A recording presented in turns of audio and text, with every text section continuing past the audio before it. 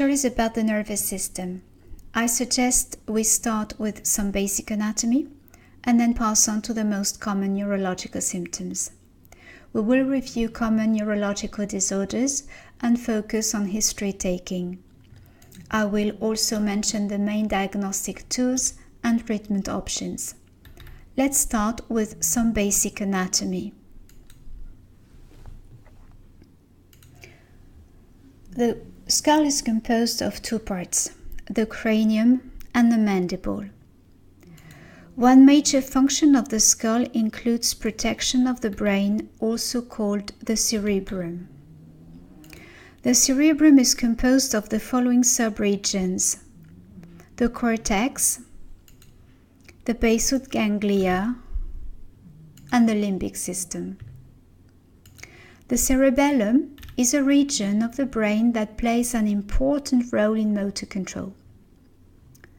The brain stem provides the main motor and sensory innervation to the face and neck via the cranial nerves.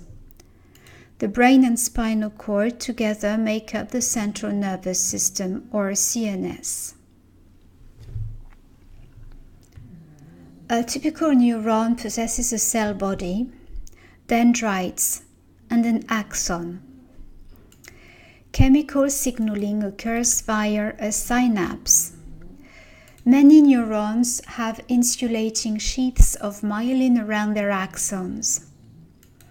The sheaths are formed by glial cells, oligodendrocytes in the CNS, and Schwann cells in the peripheral nervous system.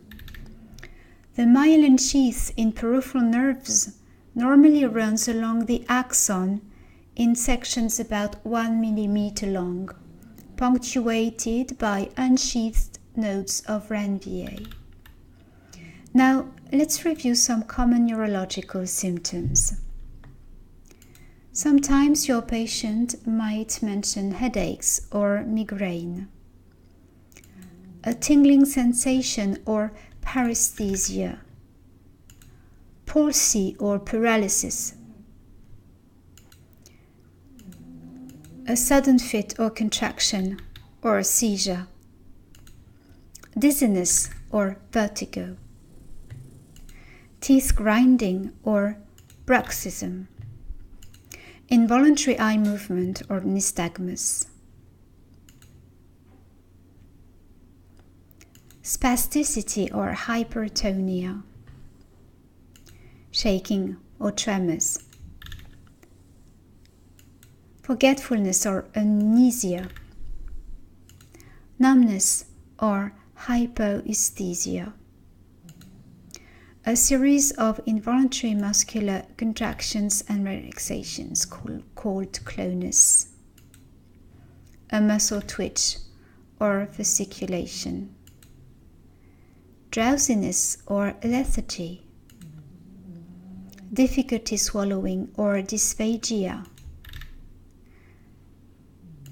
There are over 600 known neurological disorders and conditions. Let's review some of them.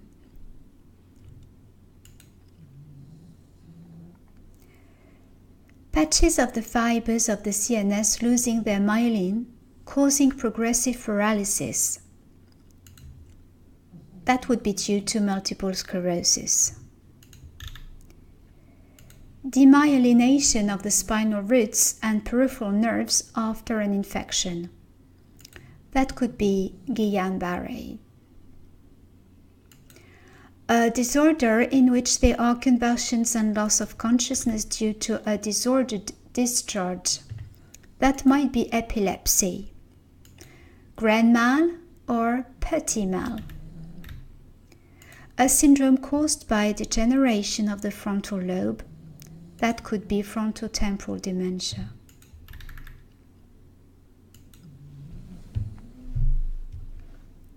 A disease whose main symptoms are trembling hands, slow shuffling walk, and difficulty speaking. That could be Parkinson's. Progressive dementia due to nerve cell loss in the brain. That could be Alzheimer's. the outer layer of the brain degenerates, leading to involuntary jerky movements and dementia. That could be Huntington's chorea. The most common of the types of transmissible spongiform encephalopathy found in humans, that could be Creutzfeldt-Jakob disease.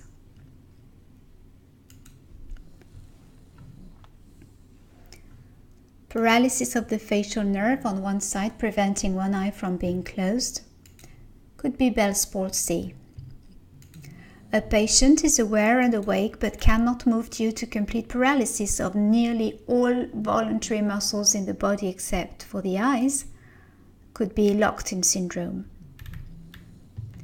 A neurodevelopmental disorder of the grey matter of the brain that almost exclusively affects females and is marked by small hands and feet, that could be Rett syndrome. Now, let's review the questions you should ask a patient if he presents a neurological symptom. The first set of questions will need to be related to the chief complaint. How long have you had this symptom? When did you notice this symptom?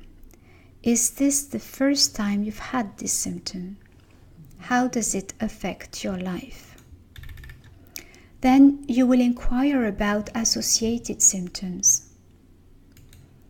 Do you feel any burning, tingling, pricking sensation? Have you noticed any shaking, twitching, jerky movements? Do you have any difficulty swallowing, speaking, finding your words?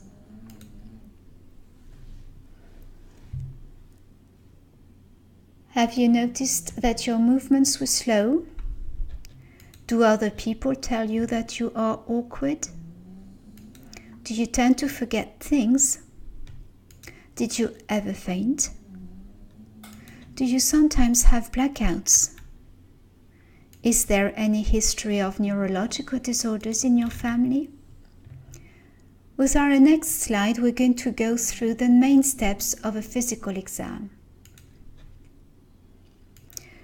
The major areas of the neurological physical should include checking the mental status, which usually includes the abbreviated mental test score or mini mental state examination, the cranial nerves, the muscle strength, tone and bulk, the reflexes with the reflex hammer, the coordination, the sensory function, and the gait. Now, let's have a look at the most common diagnostic tools and treatment options. Among the main diagnostic tools, we use blood tests. For example, blood tests like fasting glucose help in diagnosing diabetes. Lumbar puncture or spinal tap, which might help you diagnose MS or meningitis.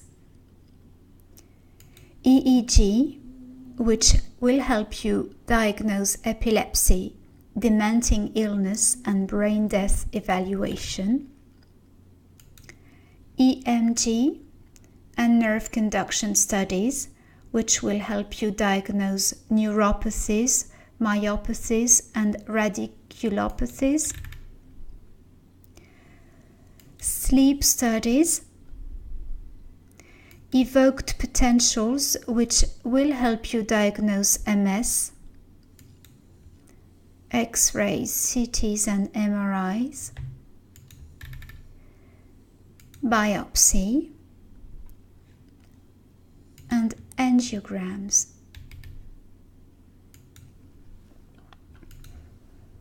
As for treatment options, let's mention botulinum toxin injections and deep brain stimulation for Parkinson's, thrombolytic therapy for strokes, anti-epileptic medications as well as surgical therapies to remove the source of seizures to limit its ability to spread throughout the brain. Emotional, cognitive, physical, and occupational therapies. And stem cells therapies, which are promising, most notably for Parkinson's disease. Thank you for your attention.